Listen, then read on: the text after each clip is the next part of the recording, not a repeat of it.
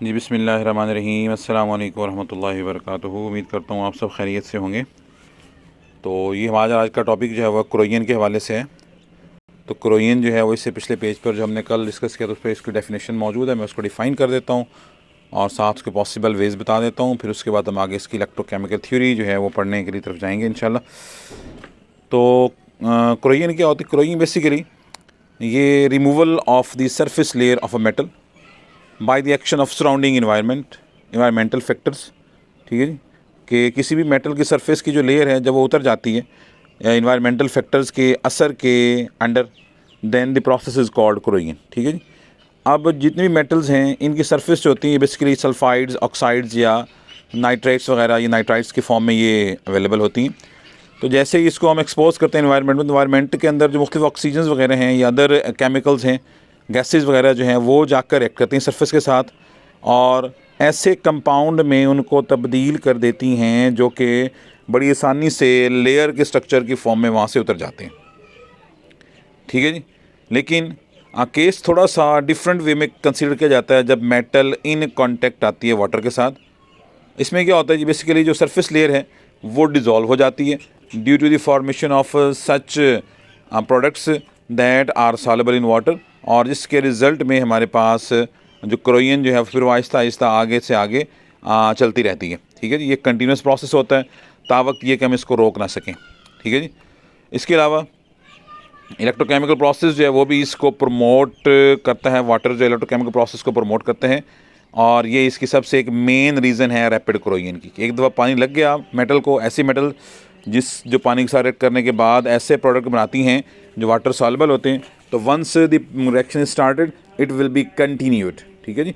तो इसी बेस के ऊपर एक इलेक्ट्रोकेमिकल थ्योरी है आज इसको हम यहाँ पर पढ़ने जा रहे हैं। ठीक है।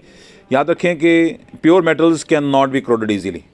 जो खालिस मेटल है बिल्कुल प्योर है जिसमें इम्प्योरिटीज़ नहीं है तो वो उसको हम क्रोड नहीं कर सकते आसानी के साथ।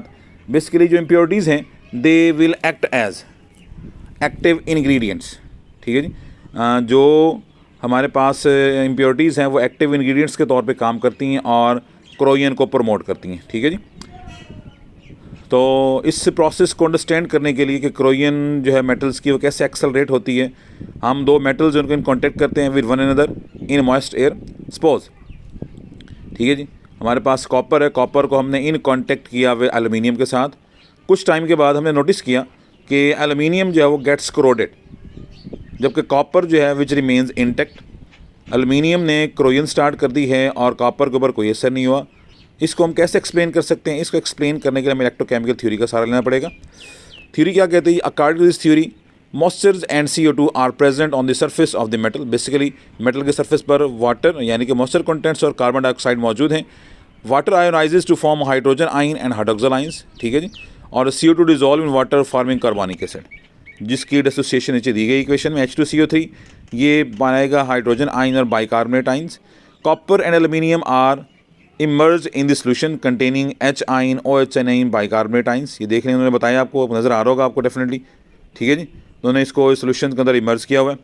This forms a galvanic cell, ये एक सेल की फॉर्मेशन कर रहे हैं बेसिकली, और in which aluminium releases electron and changes to aluminium ion. Aluminium जो है ये एक्टिव मेटल है इसलिए जल्दी से इलेक्ट्रॉन डोनेट कर देगी और एल्यूमिनियम +3 में चेंज हो जाएगी, जबकि it act as positive electrode and copper act as negative electrode. दोनों इलेक्ट्रोड बना रहे हैं, एल्यूमिनियम का पॉजिटिव और कॉपर का नेगेटिव इलेक्ट्रोड बन रहा है। तो ये पूरा एक सेल जो है उसकी फॉर्मेशन करें। ठीक है जी। एल्यूमिनियम आयन क्या करेंगे? हाइड्रोक्सिल आयंस को अटैक करेंगे और एल्यूमिनियम हाइड्रोक्साइड्स की फॉर्मेशन करेंगे, डेट स्टार्ट डिजॉल्विंग। और एल्यूमिनियम हाइड्रोक्साइड वाटर सॉल्युबल होते हैं तो ऐसे डिजॉल्व होना स्टार्ट हो जाएगा वाइल।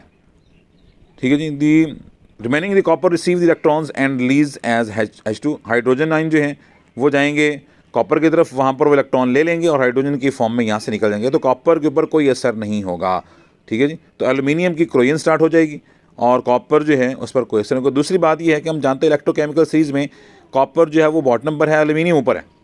ठीक है जी। तो ऊपर वाली मेटल्स जो होती हैं इलेक्ट्रोकेमिकल सीरीज के अंदर वो मोर रिएक्टिव होती हैं then the lower ones, so that's why the higher metals are reactive and corroded easily as compare to the last one. ठीक है जी। कॉपर से बेहतर एल्यूमिनियम की क्रोइन हो जाएगी इसके अंदर। ठीक है जी। तो अदर जो मेटल है वो इसमें इन कॉन्टेक्ट ही रहेंगी इसके अंदर। ठीक है जी। इसको हम कैसे प्रिवेंट कर सकते हैं? प्रिवेंट करने के मुख्तलिफ मेथड्स हैं हमारे पास जिनको इस्तेमाल करते हुए हम इसको प्रिवेंट कर सकते हैं जी। नंबर 1, या तो आपकी सस्ती या चीप मेटल की जो है लेयर उसके ऊपर लगा दें, हैवी मेटल के ऊपर या कॉस्टली मेटल के ऊपर, तो क्रोइन कम की जा सकती है, रोक सकते हैं इसको हम। नंबर 2, इसके ऊपर हम किसी ग्रीस या ऑयल की लेयर लगा दें, ये भी पॉसिबिलिटी है हमारे पास, ठीक है जी। इस तरीके से भी क्रोइन को हम कर सकते हैं रोक। इलेक्ट्रोप्लेटिंग कर दें तो इस तरीके से भी हम क्रोइन को रोक सकते हैं, ठीक है जी। तो ये प्रोसेस है जिनको इस्तेमाल करते हुए क्रोइन को स्टॉप किया जा सकता है।